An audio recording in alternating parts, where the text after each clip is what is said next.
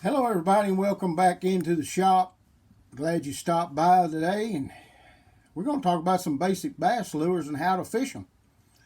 Most all your lures are going to come in one of these categories right here, and these are just some older lures that I got, but they're very good lures to still fish and catch some bass with now. We're going to start out with a single blade spinnerbait. Now this one here is made by Stan Sloan. A lot of you younger folks don't know about Stan Sloan, but Stan Sloan years ago was catching and just winning everything there was, and he come out with they come out with his spinnerbait. This is a one bladed, and the good thing about this one is it thumps. Whenever that blade is spinning, it has a distinctive thump to it. And I use these a lot of times at night. I'll throw them out, and what you do is you throw them out, and depending on your water depth, you let it sink ever how deep you want to fish it, and you're bringing it back and you feel that thump. That's what those fish feel also. So that's a really good one, and that's how most all your spinnerbaits started, was with a single blade. So that's that.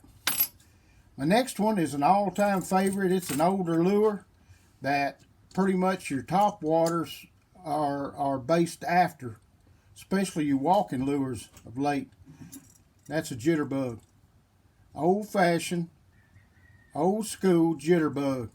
Now what you'll do, you'll throw that jitterbug out there and let the ripples die around it, and you're going to bring it back at just a fairly slow rate, and it's going to do just like that. It's going to go back and forth just like that. If you do it too fast, it won't have the right action to it at all, but it makes a really good plopping sound, and that is a really good one. Let me get it up here where you can see it. Is an old school jitterbug. Now they've come out in the last few years with one that swivels in the back. That's a very good one too, especially at night. That black, and with it plopping the way it does, that's an excellent lure. That's old school right there. Them jitterbugs are. I still use them. They still catch a lot of fish for me. Next one is a lure that was designed and started in the late 1880s. So this has been around a long time. It's a very good lure. I growed up with it when I was a kid. You know, you had them in your box. You were fishing the creeks. You were fishing the lakes. That's with a inline spinner. Inline spinner is one of the easiest. If you're just starting out bass fishing, that's one of the easiest lures that you'll throw. You'll throw it out, let it sink down to whatever depth that you're wanting it in, and you'll bring it back at a speed where you can feel that spinning. Now you want to put a swivel on the end of that, because what'll happen, it'll twist as you pull it, and it'll twist your line. So do that. But that right there is one of the all-time favorite lures to catch bass, catch trout, pike, muskie. I mean, they make them all different colors, but an inline spinner is one of your best lures that you can have in your box to catch fish with. Now the last one is a spoon. What was that? Must be something happening somewhere. But anyway, last one is a spoon. Spoon was designed to mimic a dying bait fish. Now, if you hadn't fished with a spoon, you're missing out. What'll happen, you'll throw it out there, and on a slack line, it'll flutter down. Just like that. It flutters. Don't go down fast, it just flutters down. When it hits the bottom, you'll see a bow in your line, and you'll pop it back up, and it'll flutter back down again.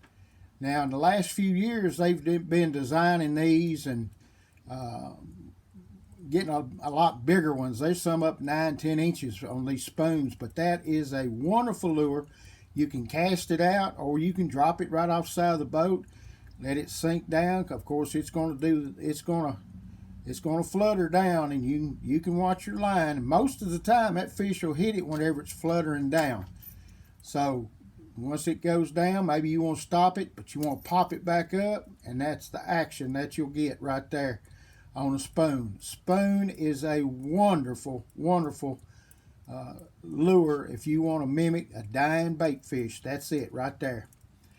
Now, a little extras there I wanted to show you. Probably my favorite and what I think is the all-time best crankbait that's ever made, and that's a old school wiggle wart.